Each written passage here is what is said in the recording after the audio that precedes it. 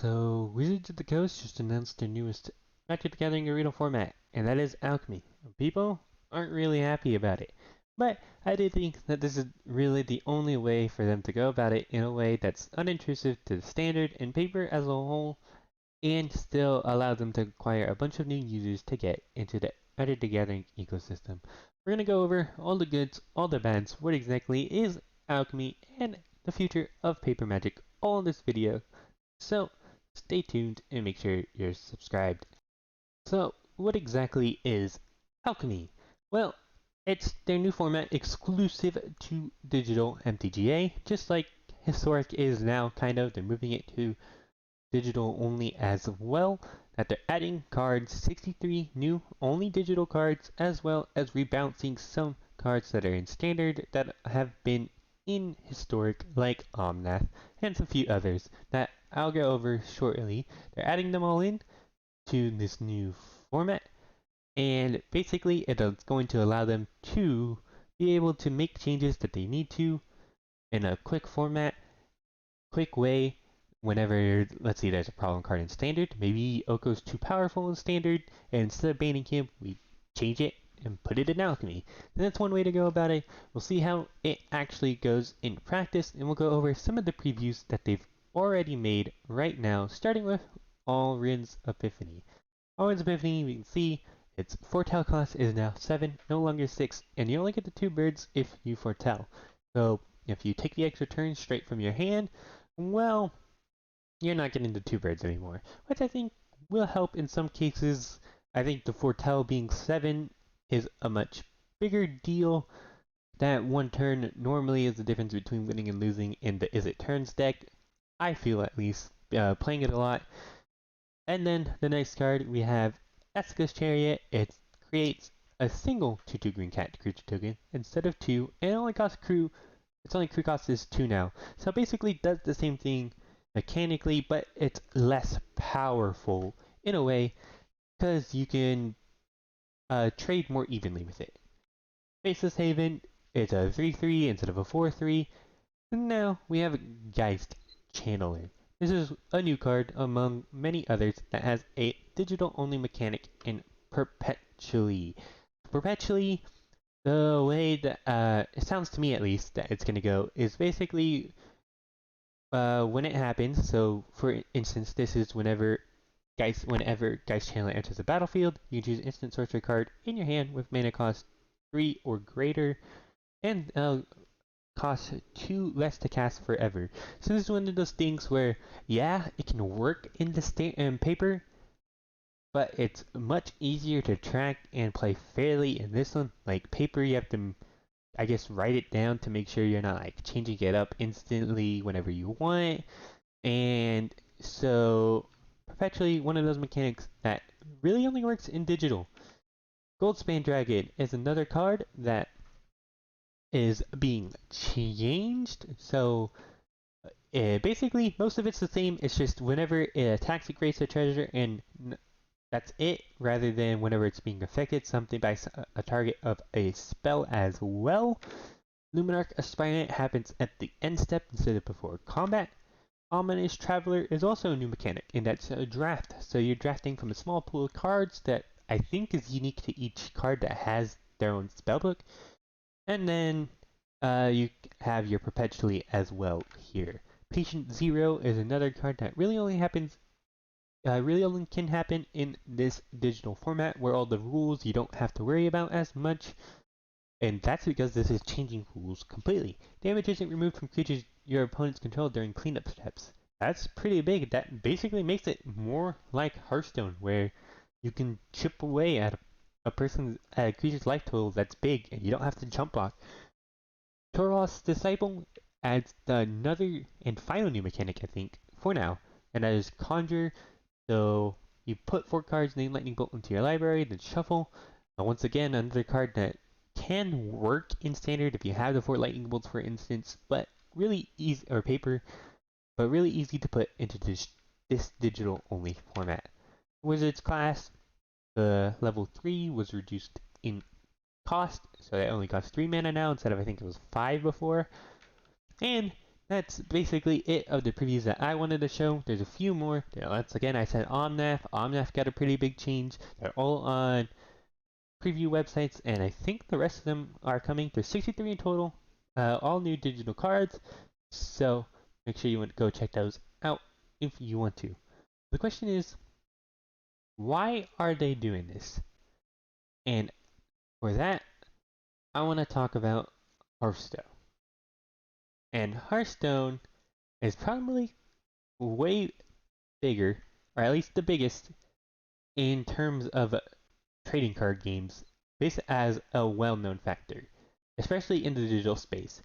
So Hearthstone's peak was 23.5 million players, and they say they have 100 million accounts registered.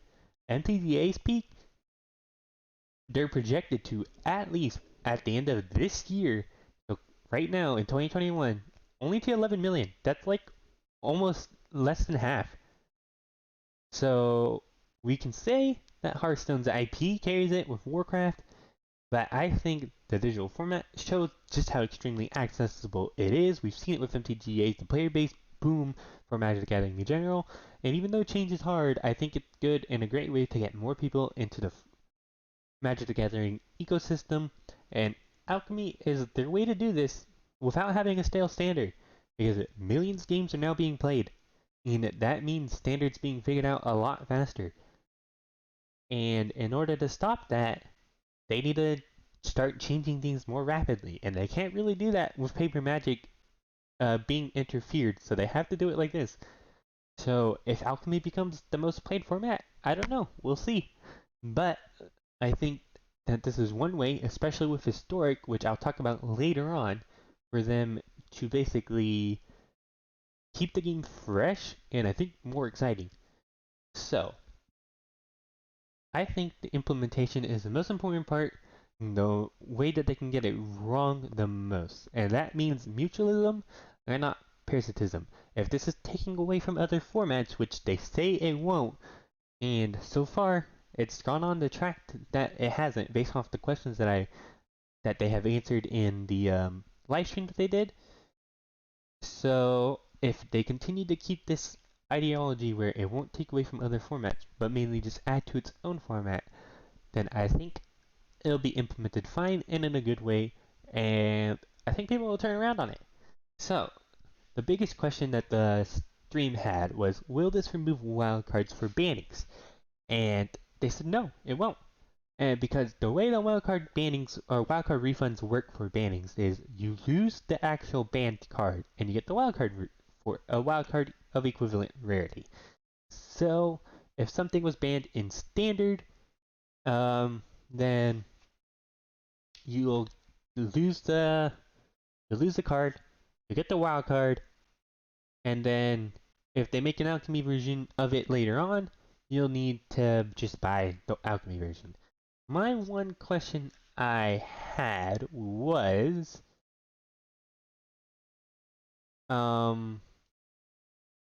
if there was a, let's say we have a playset of Alrin's Epiphanies, then, let's say we had a playset of Alrin Epiphanies, then we get our free alchemy versions, and then later on it's decided the card needs to be banned in standard. I want to know if I lose my alchemy versions from the wildcard refund, or if we get a wildcard refund at all from that. So we've seen the example of if there's an alchemy version later on, and therefore but I think it's gonna work the same where we lose both versions and we get the wild card, which kind of feels bad, but I really hope it doesn't work like that. Also, this is a small other question. Will Alchemy have a rotation like standard? Will it be like historic, or we can continue to play with any card in MTG arena? I think this is an important question. This shows if it's closer to standard or closer to historic in that matter. I think having a rotation would kind of hurt it more. I want it to be more like historic, even if it interferes on historic ground a lot more. I think they should have merged historic and alchemy together and focus really hard on this short-term problem that Historic's gonna have that I will talk about later. But before I do, I want to talk about one other thing, and that is duplicate protection, because it actually works pretty well. So basically, if we go down here, duplicate protection, all the set, all the alchemy boosters are tied to a standard set in a way. So for this newest one, it's going to be Crimson Vow. So there'll be Alchemy Crimson Vow booster pack, and then there'll be standard Crimson Vow booster packs. And so a um, if you get a alchemy version of Auron's Epiphany, you get the standard version of Auron's Epiphany.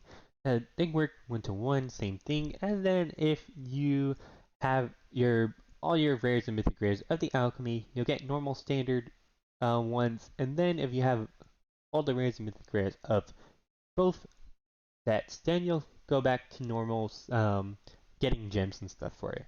So overall, I think generally it's been implemented pretty well so far. We'll see how the historic problem, which I'll talk about right now, holds up, and that is basically we'll go with Gold Span Dragon for example. It's played in historic and it's being changed, and that means historic is getting the alchemy change. It's not getting the standard version, it's getting the alchemy version. And so that means that maybe a Gold Span Dragon won't be played anymore. Maybe it's not strong enough in historic. And that poses a problem to many people where if you build a deck and then you find out that Wizards of the Coast decides to make some alchemy balance changes, then that affects your historic deck. We see this problem kind of in standard with rotation, but rotation only happens once a year. And that once a year gives people enough time to prepare. We don't know how fast this is going to happen, how often this is going to happen. We know they're going to add new cards around every set. So that could be troublesome for WotC and something they have to figure out. And now I'm going to talk about the split between the digital format and the paper format. So digital, we kind of have basically set in stone alchemy, historic, and in a way standard. Like standard's mostly played in digital now, not in paper, especially in the pandemic going on and has been going on. Standard kind of dropped off compared to its other formats that paper has, like Commander, Modern, Legacy, these formats that can't be played on MTGA. Commander, we know, is the most popular format, so I don't think paper is actually going anywhere for a while, at least in that regard. Maybe Standard is. I think maybe depending on what WotC wants to focus on their organized play, because we know they supposedly have some good news going back to that. It could be digital focus, could be paper focus, we don't know. But this also gives them an opportunity to go back and add things to paper that they can't really do on the MTGA client that they like Archenemy.